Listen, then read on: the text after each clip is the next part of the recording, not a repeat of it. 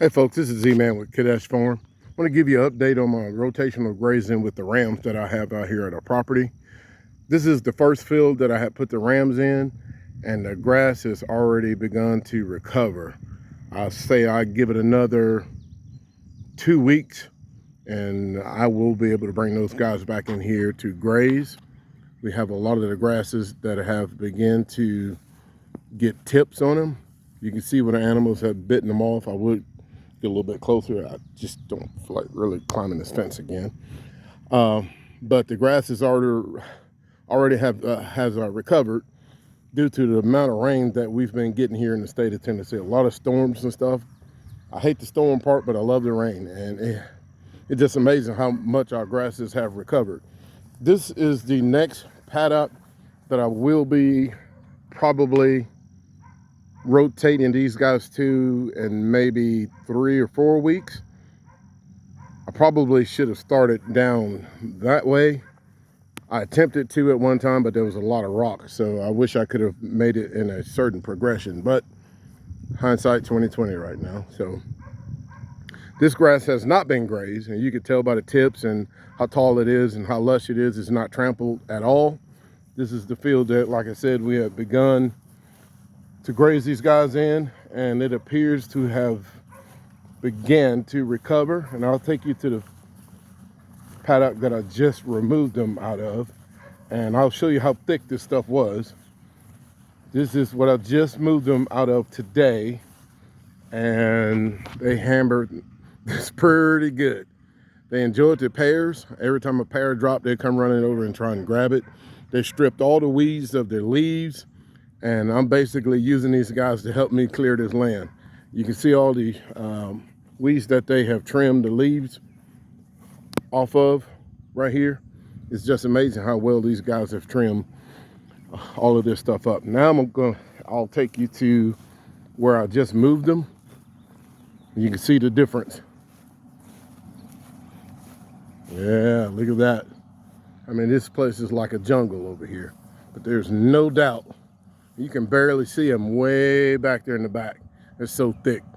That's why I'm able to leave these guys in this for roughly 7 to 8 days, because it's 6 rams, 2 large and 3 are medium sized, and 1 itty bitty guy, which I can't even see where he's located. But it'll take them a while to eat a lot of this shrubbery, and they love this woody, weedy type stuff. Same as goats.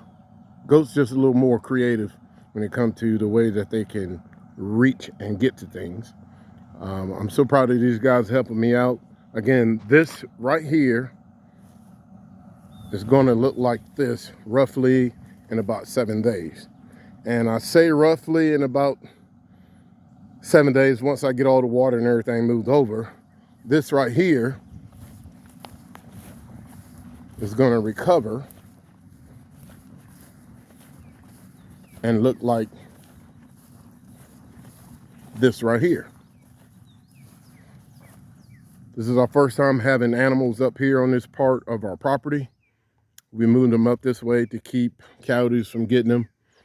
I started out using the hot wire. I do have it on the back side over there. I will turn it on in case the coyote decides to stick his ugly head through and he'll get zapped. The rams have seemed to have been comfortable with staying out here without the livestock dogs, and my neighbor houses being so close. They said they would watch them for me. Matter of fact, my boys got out yesterday.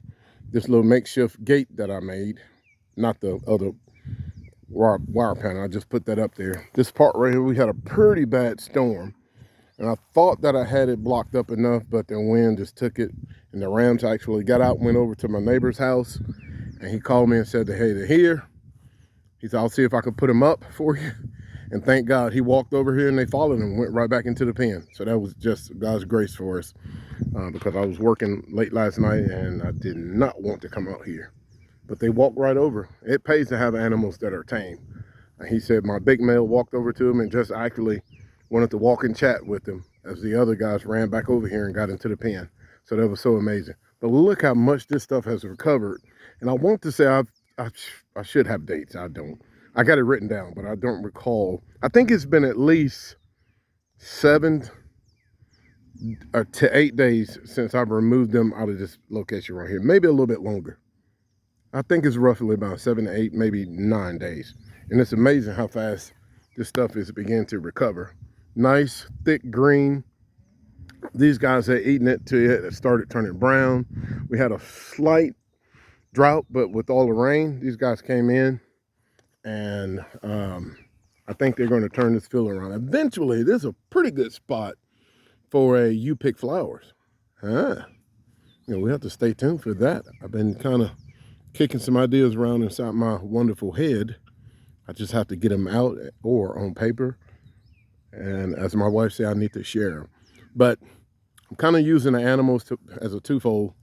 One, get rid of a lot of the shrubbery because I don't know exactly what's down off in this stuff. And also, two, to fertilize because they've been laying down a lot of manure and urine.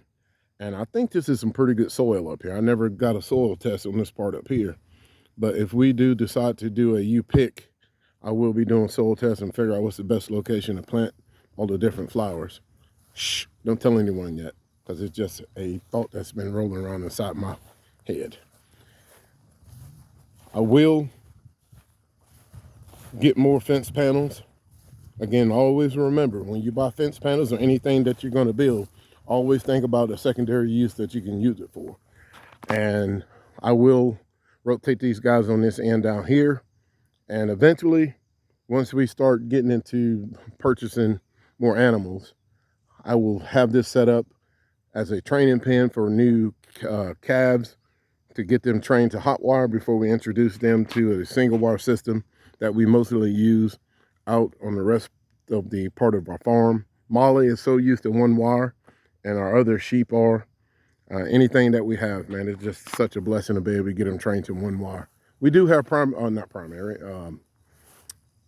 perimeter fence up, pretty good perimeter fence. It could be better, but it will keep her in for sure, but it's not for sheep.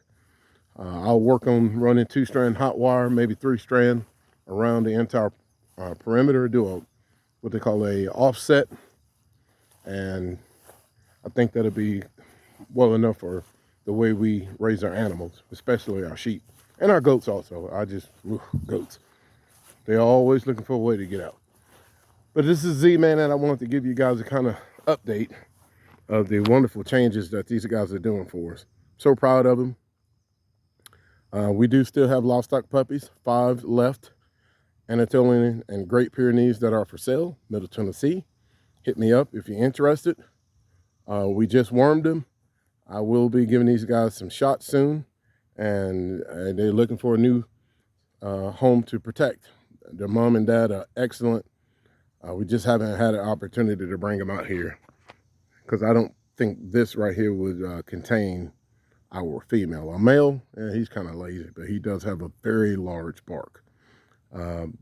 I'll bring puppies out here with these guys once they get big enough not to. They probably can't fit through these holes now. And start acclimating these guys to being away from their parents and give them the opportunity to start learning to protect their flock. This is Z-Man, and I'm out.